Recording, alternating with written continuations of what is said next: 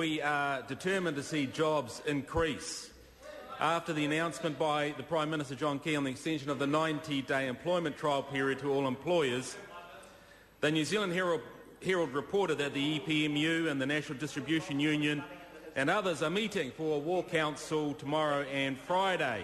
The only thing is, this war machine rolling into a town near you is likely to maim and injure the hard-working New Zealanders who it thinks it's coming to rescue. Listen to what one employer from New Plymouth said this morning about the 90-day trial period for new employees. He said he spoke to all his staff about this last week, from 18-year-olds to those who have worked there for 20 years. He said 95% of them agreed that it was fair and were in favour. He said in tight economic times it is a particularly crucial option. So, Mr Speaker, the union bosses with guns blazing for just 5% of the workforce in that place who agree with them, they need to realise that the rest are happy because they think it is fair. And that's something.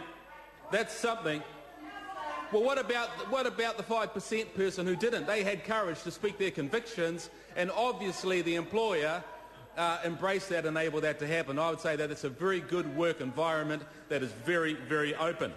Another employer said this: a very good move.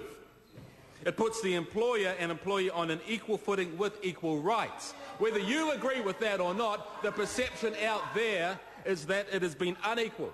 Another said, this is another employer from New Plymouth, it's a very positive move. Another tool in the toolbox for employers who have been on the back foot in this area for ages. Listen to what else this employer said. He said this: listen, a good employer looks to invest in his employees and does so in good faith, but gets caught when the employee doesn't deliver on expectations. We need to understand that business success is key to more jobs. There is a fundamental truth that some people do not understand, that with government employment not growing nor likely to, more jobs for more New Zealanders will come from private sector business. The 90-day trial period is designed to make it easier for businesses to employ these New Zealanders. This is a good and essential thing. Listen to another employer from New Plymouth. He says, I am very encouraged by it. Listen to what he says. It will give us confidence to recruit more staff. Another says, he agrees wholeheartedly. I told you the very first instance, 95% of that large firm agreed with it, said it was fair. Said it was fair. 95%. You don't want to hear it, do you? You don't want to hear it. This is what he said. 95% of the employees of that firm said it. He said no employer, going on to another business owner, hires to fire.